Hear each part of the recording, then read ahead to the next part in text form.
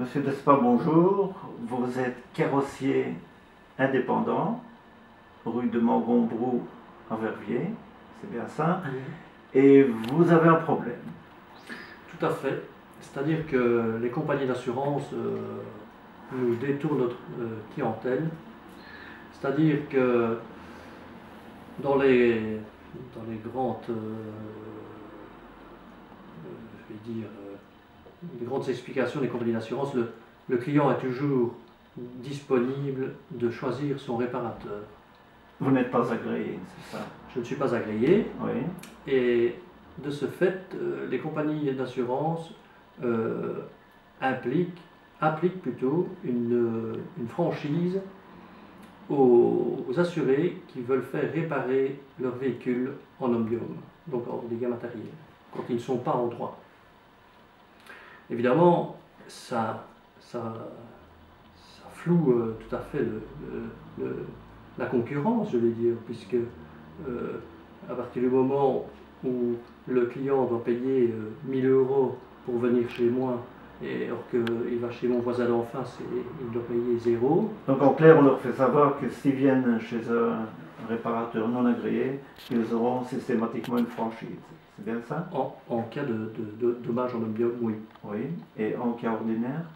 En cas ordinaire, là, il n'y a aucun souci. Donc, il faut que les assurés le sachent bien aussi. Oui. C'est qu'à ce moment-là, ils choisissent, ils prennent le carrossier de leur choix et on n'a rien à leur dire. Donc c'est uniquement en omnium parce que finalement en omnium, ben, c'est l'assurance qui paye.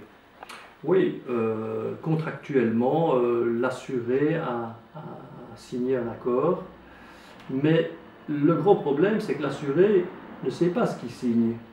Parce que, vous savez, ça fait 24 ans que je suis indépendant, et il y a des clients qui viennent depuis ma première année de profession, je vais dire, et qui viennent maintenant parce qu'ils ont un accident. Ils me montrent le véhicule, je dis ben oui, il faut faire marcher l'omnium parce que ça va coûter assez cher. Ils vont trouver leur courtier, et là, quand le courtier demande le nom du réparateur, on leur dit ah mais monsieur Despas, il n'est pas agréé, donc vous allez devoir payer une franchise de 1000 € ou 800 €, enfin ça dépend un petit peu. Et là, les clients sont tout à fait abasourdis. Ils ne sont pas mis au courant. Donc, les compagnies d'assurance bernent les assurés. Mais vous n'êtes pas agréé, d'accord, mais pourquoi n'êtes-vous pas agréé? Écoutez, c'est un choix personnel que j'ai fait parce que les carrossiers agréés, ils signent un accord pour travailler avec des temps Informex. Donc c'est un logiciel informatique qui donne les temps d'usine fournis par les importateurs pour réparer une voiture, changer une aile. Mais vous n'êtes pas dans les conditions d'usine, de travail d'usine évidemment. Eh bien tout à fait, donc c'est pour ça que j'ai jamais adhéré à l'agréation, parce que je suis tout à fait contre ces temps qui ne reflètent pas la réalité qu'il faut pour faire le travail convenablement, ou simplement pour faire le travail, quoi. Donc, parce que vous avez une nouvelle voiture, c'est très facile, toutes les vis se démontent très bien, tout va très bien, mais quand on vous amène une voiture qui a 5 ans ou 6 ans, de la rouille ou des problèmes complémentaires. Voilà, vous allez tirer une vis, la vis va casser, il va falloir forer, tarauder, etc. D'accord. Donc, ça ne correspond pas à la réalité. Donc déjà au départ, c'est floué, puisque on vous propose, on vous impose des conditions qui sont, tout à fait, qui ne sont pas respectables. Ce système n'est pas mal fait en soi, mais lorsqu'il y a une aberration, j'estime que l'expert doit intervenir et doit pouvoir dire non, là, ce temps-là ne correspond pas à la réalité, et donc il faut modifier.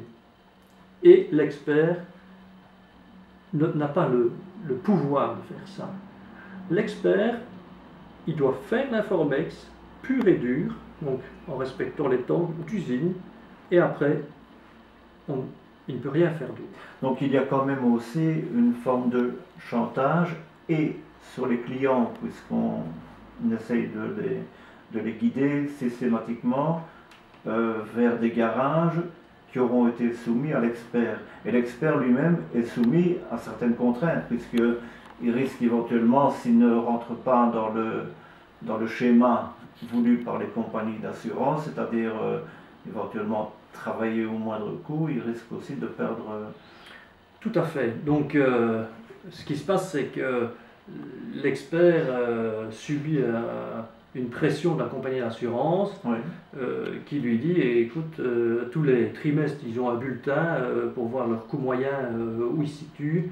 Si le coût moyen est un peu trop haut, eh bien, on lui dit, mon cher ami, si tu ne redescends pas ton coût moyen, le trimestre prochain, eh ben, tu n'auras plus de mission de notre part, ou plus de travail.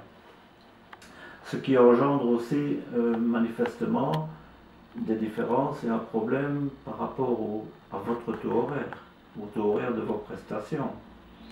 Tout à fait. Donc, c'est-à-dire que la loi nous oblige d'afficher notre taux horaire dans l'atelier, visible Oui. à la clientèle. Mhm. Et les compagnies d'assurance, certaines compagnies, j'insiste, ne respectent pas ça. Donc, quand nous avons un expert qui vient expertiser une voiture, il nous demande toujours notre taux horaire. On lui dit notre taux horaire 55 €, il le note 55. Lorsqu'il fait son PV à Formex, l'Informex part à la maison mère Informex et lui revient à 47,50 ou 48. Donc ce sont les compagnies qui décideraient de votre taux horaire. Exactement. Sur base de quoi? Ah ben, il faudrait leur demander. C'est ça qui est important, c'est qu'on me dise sur quelle base ils établissent notre taux horaire. Mais sur quelle base fixez-vous votre taux horaire? Écoutez bien, ce que j'ai fait, j'ai été trouver mon comptable, je lui ai demandé qu'on calcule ce que me coûte une heure dans mon atelier. Oui. En faisant ça d'une manière très pointue et très professionnelle, Oui. en ne prenant pas des investissements de bâtiment. On a convenu d'un loyer pour le bâtiment qui est franchement dérisoire par rapport à la réalité. Et on n'a pas une Ferrari en investissement ou une Porsche, on a une camionnette et c'est très bien comme ça. Et on tombe à un taux horaire de 45 €. Alors vous comprenez bien que quand une compagnie vous octroie 47,50 ou 48 €, ben, vous travaillez pour rien. Vraiment, vraiment. Alors, mais comment font les carrossiers agréés alors? Ben, les carrossiers agréés, écoutez, eux, ils sont encore bien plus embêtés parce que eux, ils ont signé un accord avec les compagnies d'assurance. Qui leur imposent un taux. Mais vous savez, ils ont fait miroiter que ça apporterait un volume de travail phénoménal et qu'avec le volume, ils s'en sortiraient. Mais le problème, c'est que le volume n'est plus là. Il y a 20-30% d'accidents en moins. Et le problème qui se passe, c'est qu'il y a de plus en plus de carrosseries, des grosses carrosseries agréées qui avaient investi, qui avaient engagé du personnel. Et le taux horaire n'a pas augmenté. Et tout le reste a augmenté. Les charges, l'électricité, le gaz, les produits de peinture. Et ils se retrouvent. Donc ils sont coincés avec leur taux de départ. Voilà. D'accord. J'ai appris récemment que les experts, finalement, qui au départ n'étaient pas reconnus, allaient être reconnus et qu'ils allaient adhérer à l'Institut des experts automobiles. C'est quelque chose qui est prévu par une loi, la loi du 6 octobre 2011. Tout à fait. Et c'est avec de bon augure qu'on attend la création de cet institut. Car c'est toujours en attente. Ben oui, malheureusement, je ne sais pas ce qu'ils font, mais ça met du temps à aboutir. Et sur lequel on insiste très fort, c'est qu'il n'y ait que des experts indépendants dans cet institut, qu'il n'y ait pas d'experts de compagnie d'assurance, parce que sinon ça ne sert à rien. Il faut que ce soit totalement indépendant, qu'ils ne puissent plus subir la pression des compagnies d'assurance dans leur métier. Mais un expert peut aussi être engagé par une compagnie d'assurance et lui appartenir quelque part, entre guillemets, non? Ah non, alors c'est un expert conseil de compagnie, donc il ne peut pas aller expertiser chez la voiture de l'assuré. Il pourra vérifier le devis qu'il a établi de l'expert qui a fait l'expertise. Mais je crois que vous êtes affilié à une fédération. Qu'est-ce que ça a apporté? Écoutez, oui, effectivement, en Belgique, il y a deux fédérations, Fedelka et Federauto.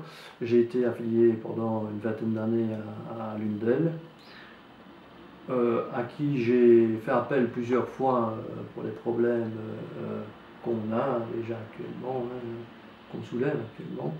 Et quel est leur avis quant à ce problème? Ah bah écoutez, ils disent oui, oui, on va faire quelque chose et puis ils ne font rien. Donc, avec un carrossier, un confrère flamand et un confrère liégeois, nous avons décidé de créer l'ASBL Carrossiers Réunis pour défendre notre métier, puisque nos fédérations respectives ne le font pas. Eh bien, on va le faire. Donc, en tant que carrossier réuni, vous avez récemment contacté Madame Laruelle. Tout à fait. Nous avons eu un contact avec Madame la ministre des classes moyennes et des PME, Oui. qui nous semblait opportun d'interpeller, puisque Que lui avez-vous dit dans les grandes lignes? Eh bien, on a expliqué la problématique de notre métier et de la mort de notre métier s'il n'y a pas rapidement quelque chose qui va réanimer notre... Et vous avez reçu une réponse de Madame? Eh bien, malheureusement, non. Elle nous a juste répondu que on lui avait parlé évidemment de l'Institut des experts et qu'on attendait avec impatience que ce soit créé. Et là, elle nous a bien répondu qu'elle transmettait nos revendications ou nos notifications sur cet institut et qu'elle faisait suivre à la personne qui était en train de créer cet institut. Et qui est la personne en train de créer cet institut? Ah ben, ça c'est le nom de monsieur. D'accord. Je ne sais pas vous le dire. Mais c'est dans quel ça dépend de quoi? Je saurais vous le dire. Hein. C'est dans quel service? Ou dans quel ministère? Ou SPF Finance. Hein. SPF Oui. Finance. Oui. D'accord. Bon, eh bien, en guise de conclusion, voulez-vous nous faire un petit résumé de toutes vos démarches et de vos revendications? Oui, tout à fait. Donc, la première chose, c'est que l'assuré puisse choisir son réparateur sans avoir une contrainte de franchise. Ça, en toute liberté. Voilà. Deuxième chose, c'est que cet institut des experts indépendants soit créé le plus vite possible, avec de vrais experts indépendants. Et la troisième chose, c'est que notre taux horaire soit revu par rapport à la réalité, parce que tout augmente à une vitesse V', et nous, on nous bloque notre taux horaire. Ça ne peut plus continuer comme ça. Et alors, j'ai vu encore au journal parler, il y a 2-3 jours, là, que sur le dernier trimestre, ici, il y a eu 40% de faillites en plus dans des petites PME et des indépendants. Mais il faut savoir qu'en Belgique, il y a plus ou moins 3000 ateliers de carrosserie, et que si ça continue, ça va faire encore des Ça en fera beaucoup moins. Oui, ça en fera beaucoup moins, de 1, et ça va faire beaucoup de choses de personnel qui vont devoir aller au chômage, et on n'est déjà pas bien, mais alors il faut un peu s'imaginer ce que ça va faire.